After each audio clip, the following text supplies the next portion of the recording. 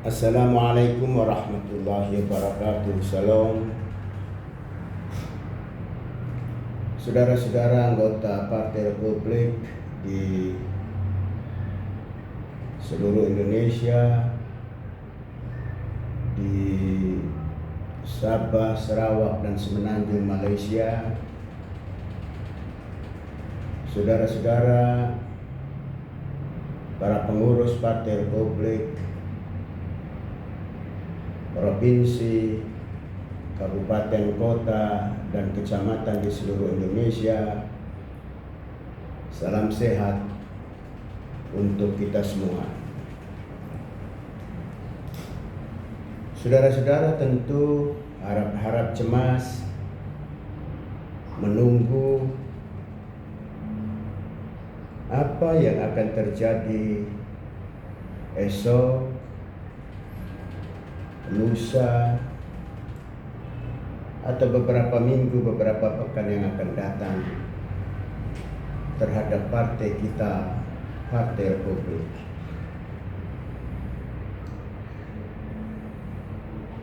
Beberapa waktu yang lalu saya dan tim telah melakukan roadshow dimulai dari Jawa Timur. Kami bertemu dengan beratus-ratus pengurus provinsi, kabupaten, kota, dan kecamatan di Hotel Miramar. Kami bersinggah gurau, kami lakukan banyak hal agar sahabat-sahabat mempersiapkan diri untuk bila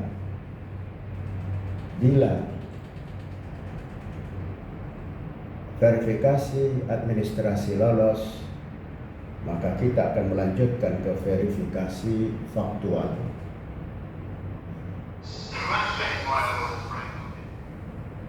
Setelah Jawa Timur, kami lanjutkan ke Jawa Tengah dan Yogyakarta, kemudian ke Jawa Barat, kemudian Jakarta dan Banten. Begitu antusias sahabat-sahabat para pengurus dari tingkat provinsi, kabupaten, kota, dan kecamatan untuk menyongsong saat tibanya apa yang kita tunggu-tunggu, yakni verifikasi faktual. Saudara-saudara, ternyata Allah menentukan lain. Pada hari yang kita tunggu, ternyata Partai Republik masih juga tidak dinyatakan lolos oleh Komisi Pemilihan Umum Republik Indonesia. Ini bermakna kita tidak punya kesempatan untuk mengikuti verifikasi faktual. Saudara-saudara, seperti yang saudara ketahui bahwa pada verifikasi kedua, setelah verifikasi pertama tidak lolos, verifikasi kedua tidak lolos, kita kemudian melakukan upaya ke Bawaslu. Dengan berbagai upaya, dengan tenaga, dengan segala bentuk pengorbanan, yang kemudian kita diberi kesempatan oleh Bawaslu untuk memperpanjang waktu 1 kali 24 jam, dan Komisi Pemilihan Umum harus mengikuti keputusan Bawaslu,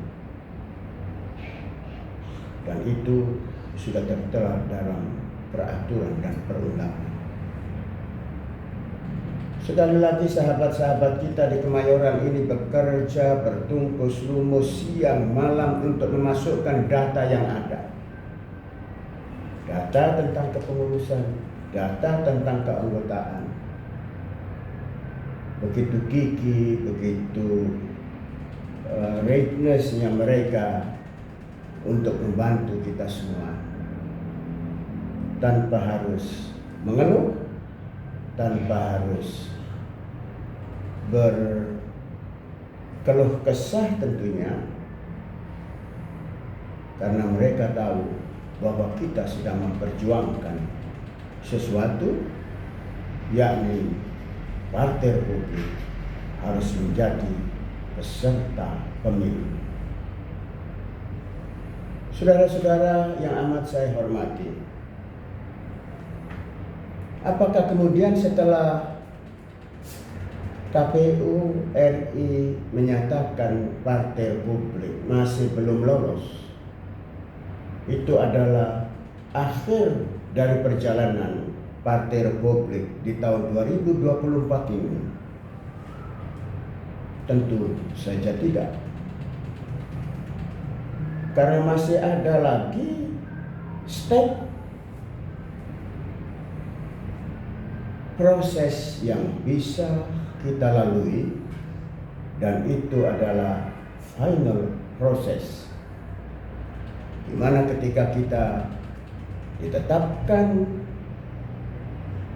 kalah, maka itu adalah akhir di 2024 dan kita akan menyongsong 2029 dengan persiapan yang lebih tartil, lebih kokoh, sehingga pada tahun 2029 yang akan datang kita sudah bisa memastikan bahwa Partai Republik harus lolos di pendaftaran, lolos di verifikasi administrasi, dan lolos di verifikasi faktual, kemudian menjadi partai peserta pemilu. Saudara-saudara, kenapa ada kesempatan untuk melakukan upaya terakhir seperti yang saya sampaikan? Karena ketetapan-ketetapan KPU adalah ketetapan yang dibuat secara asal-asalan. Terlihat sama sekali tidak profesional dan tersimak adanya abusing power, penyalahgunaan kekuasaan, dan itu menyalahi undang-undang. Saudara-saudara, dalam keputusan yang tertuang dalam berita acara nomor 274 atau 274 garis miring 01.1.BA.Rekap.Fermin.Parpol yang dikeluarkan pada hari tanggal 18 November 2022, terdapat banyak kontroversi.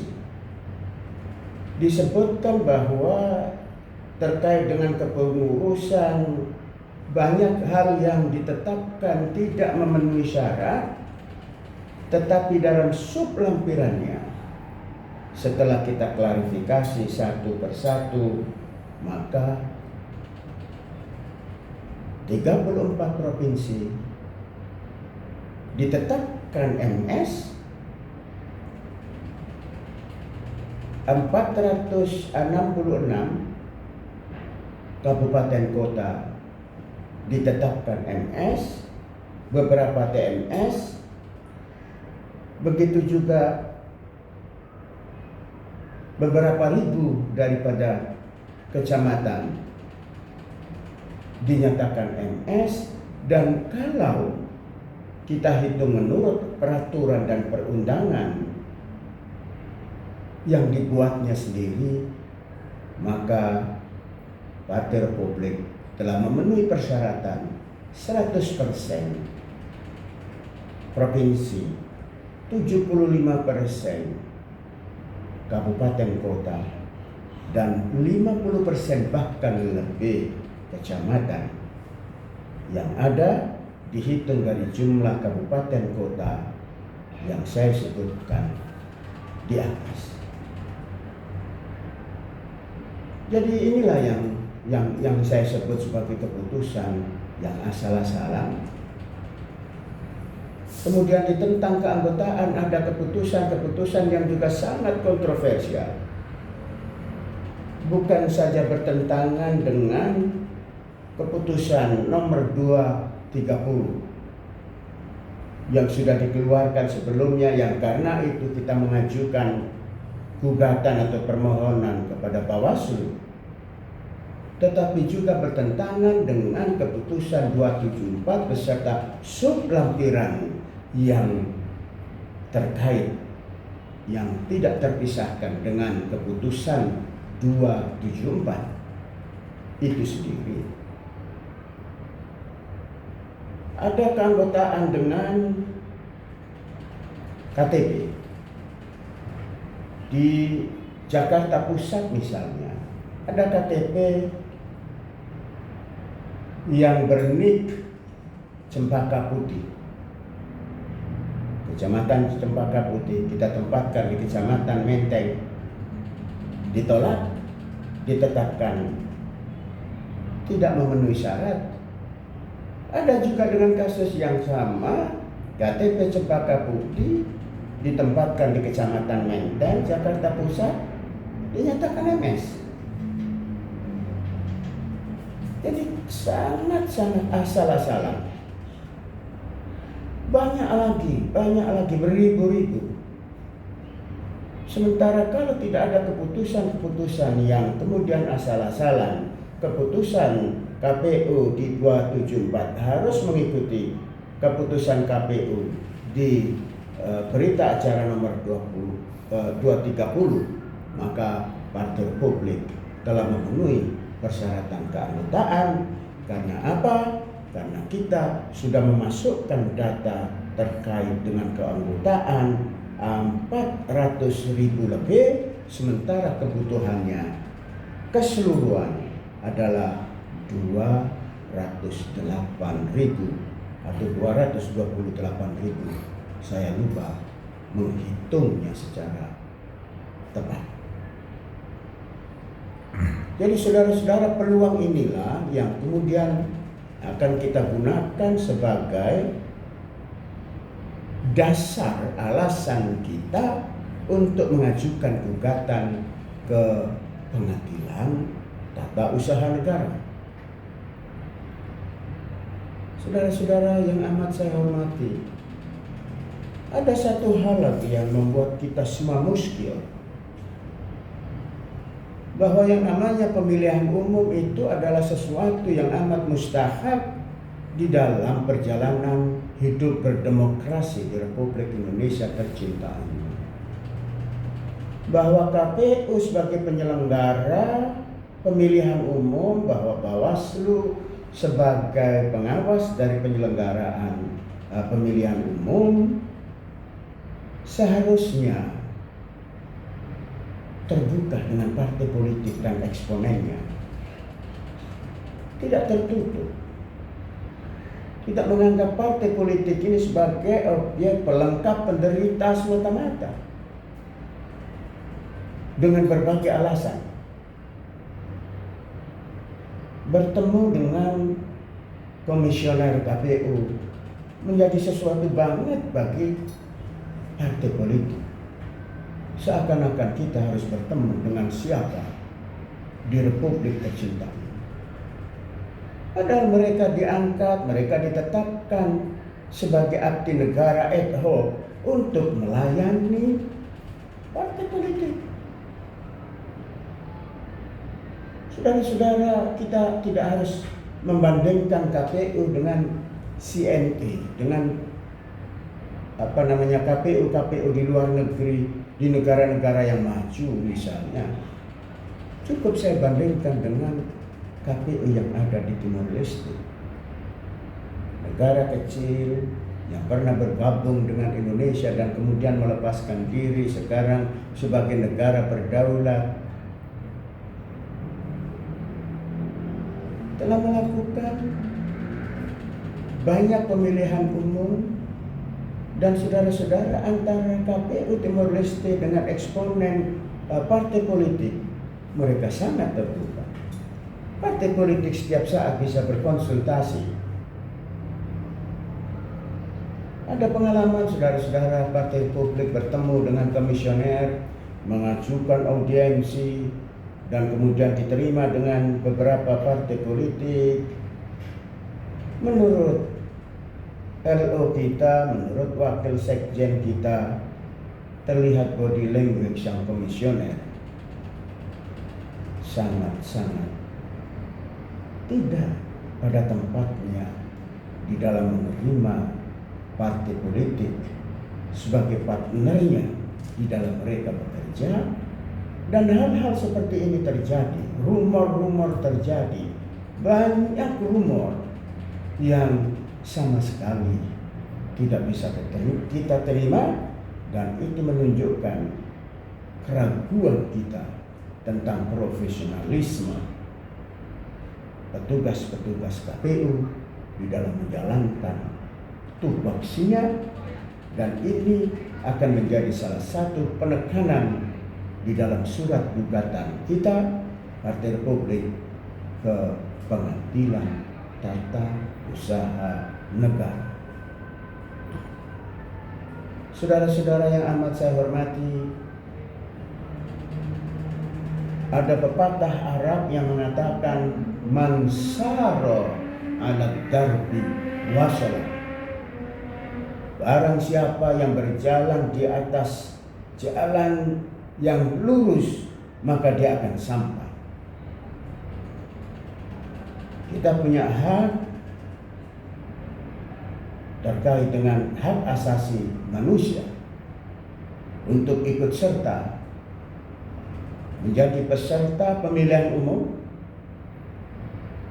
dan jika kita dimenangkan oleh PT UN, maka keputusannya adalah final menurut peraturan Mahkamah Agung nomor 5 tahun 2017, yakni Komisi Pemilihan Umum Republik Indonesia harus memasukkan kita sebagai partai politik peserta pemilu. Saudara-saudara yang amat saya hormati, dimanapun saudara berada, berpuluh tahun yang lalu saya diijazai wiritan oleh tokoh Nahdlatul Ulama ternama, Allah yarham, Kiai Haji As'ad Samsul Arifi. Pada saat itu saya masih muda, beliau memberikan wiritan ini karena melihat saya masih belum mapan di usia 27 tahun. Saya belum punya rumah. Saya masih berkendaraan dengan kendaraan yang murah. Tetapi mungkin Allah yarham Kiai As'ad melihat ada kegigihan dalam diri saya, maka beliau berikan ijazahnya, dan wiritan itu adalah Bismillahirrahmanirrahim. Kullama dakhala 'alaiha Zakaria al-mihrab wajada 'indaha rizqa qala ya Maryamu anna laki hadha qalat huwa min 'indillah innallaha yarzuqu man yasha'u bighairi hisab. Saudara-saudara, mari kita berdoa, mari kita baca wiritan. Dan bagi sahabat-sahabat di Indonesia Timur yang beragama Nasrani, saya mohon saudara-saudara juga berdoa menurut keyakinan saudara masing-masing, agar supaya kita sampai ke tujuan dengan happy ending. Man sara ala darbi wasala. Hadza wallahu yar'ana wa yahfazuna walhamdulillahi rabbil alamin. Haleluya. Merdeka.